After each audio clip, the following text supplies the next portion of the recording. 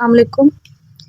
आज हम लोग ट्रांसपोर्ट वाले चैप्टर से डिजीज़ के बारे में पढ़ेंगे, सीवीडी, जिसमें हम लोग डिस्कस कर रहे हैं कार्डियोवैस्कुलर डिसऑर्डर्स।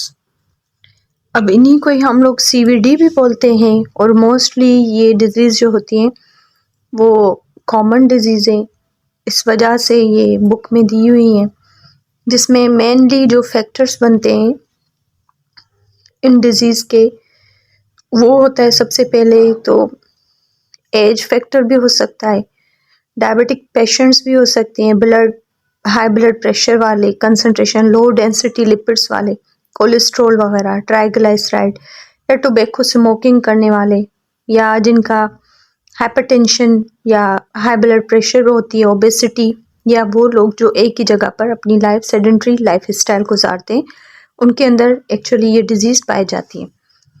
अब सबसे पहले जो डिजीज़ है हमारे पास वो है हमारे पास एथेरोस्क्लेरोसिस एंड आर्टेरियोस्क्लेरोसिस। अब ये दोनों डिजीज़ेस दरअसल बिलोंग करती हैं आर्टरीज़ की डिजीज़ से, ठीक है, यानी कि ये आर्टरीज़ की डिजीज़ है, डिसऑर्डर है। इनके अंदर जो है वो मोस्टली हमारे पास अगर किसी को एथेरोस्क्लेरोसिस या आर्टेरियोस्क्लेरोसिस हो जाती है तो फिर ये डिजीज़ लीड करती है आगे जाकर, सबब बनती है हार्ट डिजीज़ यानी हार्ट अटैक का, जिसमें सबसे पहले आर्थेरोस्क्लेरोसिस के बारे में मैंने बताना है।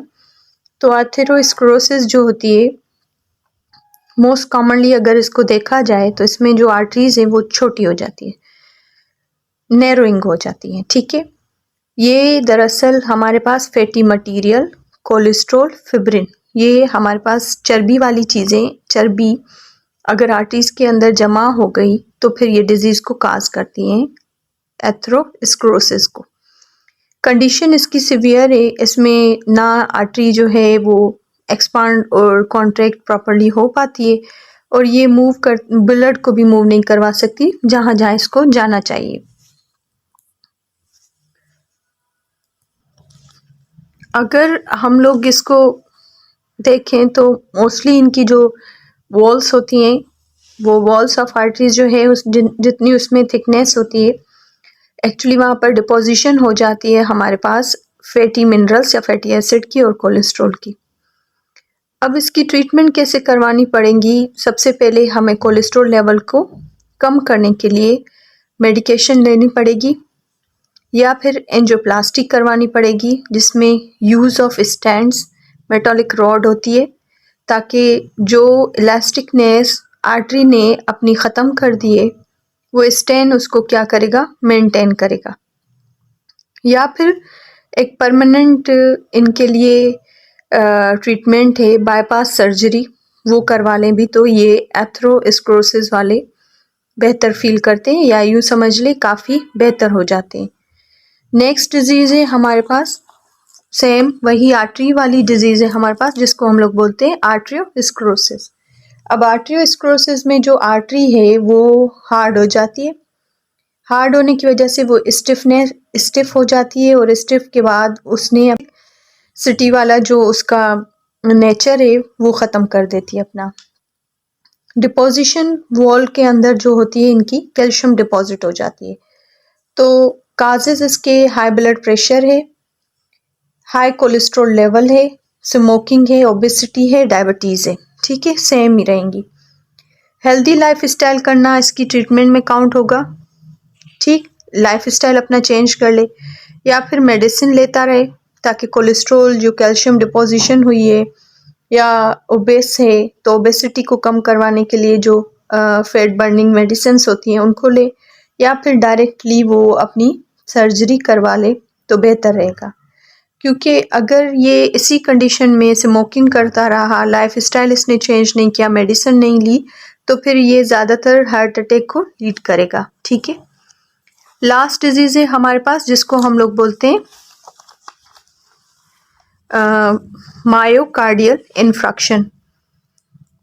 अब मायोकार्डियल इन्फ्रैक्शन एक्चुअली मायोकार्डियल हम लोग बोलते हैं, कार्डियम बोलते हैं मायोकार्डियम हार्ट मसल्स को, इन्फ्रैक्शन बोलते हैं टिश्यूज़ की डेथ को। अब अगर हार्ट अटैक हुआ है तो हार्ट अटैक होने की वजह से जो हार्ट के मसल्स हैं उनकी हो जाती है डेथ, तो इस वजह से हार्ट अटैक में उस जगह पर जो है ब्लड कोरोनरी आर्टरी के अंदर क्या होता है, क्लॉट हो जाता है। अब इसके लिए मेडिकल ट्रीटमेंट इमरजेंसी की सूरत में करनी पड़ेगी। जाहिर सी बात है कि हार्ट अटैक के उसी जगह के जिस जहाँ पर अटैक क्रिएट हुआ है या अटैक हुआ है, पेन हुआ है, वहाँ के जो मसल्स हैं उनकी भी डेथ हो गई है। तो अगर ट्रीटमेंट इमरजेंसी सूरत में नहीं हुई तो वो उनमें से बेशक कोई भी हो जेंडर, उनमें से किसी की भी डेथ हो सकती है। सिम्टम इसके हम लोग या बज़ाहिर अगर देखें तो चेस्ट के अंदर सीवियर पेन होता है, लेफ़्ट आर्म में या आर्म के अपर हिस्से में पेन होता है, टाइटनेस हो जाती है सेंसेशन में, प्रेशर बढ़ जाता है। हाई ब्लड प्रेशर वाले लोग जो होते हैं उनको हार्ट अटैक के चांसेस ज़्यादा होते हैं और डायबिटिक को भी। लोअर जॉ में पेन होता है, नेक रीजन में होता है, राइट आर्म और बैक में दोनों में जो है पेन हो सकता है, लेफ्ट आर्म में भी हो सकता है। अब ऐसा बंदा जो है वो कॉन्शियसनेस को बिल्कुल वो बेहोशी वाली हालत में आ जाएगा और सडन उसकी क्या हो जाती है, डेथ हो जाती है। अगर वो सर्वाइव कर ले तो फिर जो है उसके लिए जो ट्रीटमेंट हम लोग काउंट करेंगे उस ट्रीटमेंट को हम लोग बोलते हैं बाईपास। यहाँ पर आकर ये सारा चैप्टर जो ट्रांसपोर्ट इन ह्यूमन शुरू किया था वो कंप्लीट हो गया।